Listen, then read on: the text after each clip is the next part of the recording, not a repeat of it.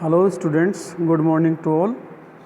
Today in General English, I am going to teach you the important lesson in which the writer Pandit Jawaharlal Nehru himself tells that he has given a speech.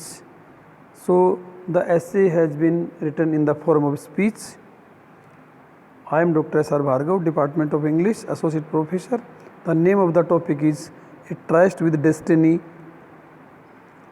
written by Pandit Jawaharlal Nehru. Our first Prime Minister of the independent India, he gave a speech, delivered a speech. The name of the title of the speech was Tryst with Destiny. Destiny means luck, fortune. Towards midnight on 14th August 1947, when it was a critical time, when two countries divided, got separated. Speaking from the ramparts of the historical Red Fort in Delhi, he addressed the speech to the Constituent Assembly and to the millions of Indians as well. In his brief and passionate speech, he refers to many important issues concerning India's past, present and future, and dwells on the deeper, radiant atmosphere of the upcoming freedom. In this speech, lecture in the form of essay, he had described how he delivered a speech on the midnight before getting India and Pakistan divided in separate countries, and this speech was related to the many issues relating to past, future and present method. He lauded the distinction of India in terms of constant engagement with the spiritual quest it pursued from the dawn of history. He says that in his speech he found the spiritual connection of the history, celebrates the significance of the present moment, and outlines what path India ought to pursue in future. The topic interprets the symbolical meaning of the brief speech by comparing it with the Lincoln's Gettysburg Address and Thomas Jefferson Declaration of Independence. There has a symbolical use of the speech, how his speech was compared to three great personalities who also gave their speeches on independence. While making us aware of the responsibility, Nehru enlarges the context of freedom in the light of well-being of the whole humanity. In this speech, Pandit Nehru tries to convince the people that the concept of freedom has been a connection towards humanity. It is a symbolical speech and has multiple implications having relevance in circumstances that exist today. It has also been a wonderful piece of literature in terms of theme. The topic interprets the symbolical meaning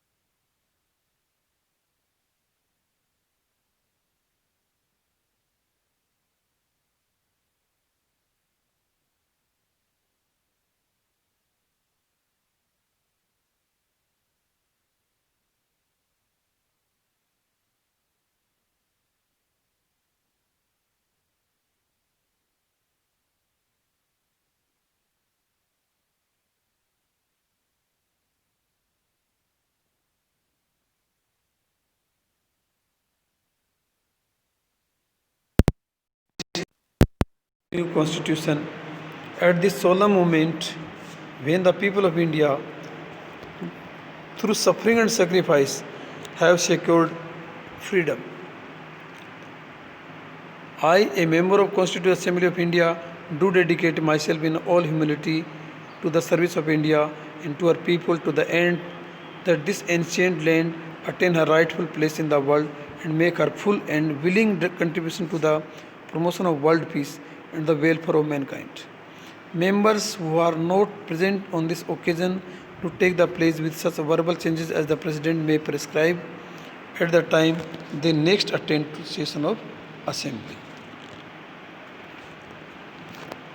As we have earlier read some quotations of Pandit Nehru, who tells that it was a time when they are coming out of the past and it is present time that showing the path for future. He also told that we have a spiritual quest that has been emerged from history and we are aware of our responsibility for the humanity. And this speech has a symbolical significance, relevance for the present scenario. And the text of the essay starts in the form that every bad time has been over and India is now sleeping in a deep sleep, but it has come to the moment that they have to rise up because the time of darkness, ignorance has passed and we have new morning, new day, new thing everywhere. Now we have the path of success because the path of failures has been lost or over. He again focus on the concept of freedom. Freedom and power both bring responsibility. And this rests upon the assembly of the people who have to labor, work hard, and the pain of work or pain of labor has to be tolerated because it will fulfill the dreams of every million people and the time of true dreams has been near closer towards because it is time to fulfill our dreams again. So he addresses the people that they are not only the people, they are the representative of truly elected India. They have confidence, they have adventure, they have to forget the petty things, destructive criticism, and we have noble mention of free India because in this noble mention the children, the intelligent students have to come ahead. They have to understand the concept of secured freedom, suffering, sacrifice. So we have to take pledge in this regard, and the pledge I read again. At this solemn moment when the people of India, through suffering and sacrifice, have secured freedom, I, a member of the Constituent Assembly of India, do dedicate myself in all humility to the service of India and her people to the end that this ancient land attain her rightful place in the world and make her full and willing contribution to the promotion of the world peace and the welfare of mankind. Members who are not present in the occasion to take the pledge with such verbal changes as the President may prescribe at the time they next attend a session of the Assembly. Thanks, students. You have taken the topic very seriously and cooperated with me while listening its essence theme. Thanks once again because for the purpose of examination, the comparison passage may be asked along with the questions based on vocabulary, one words, phrases, idioms and WS related questions also. Thanks students once again.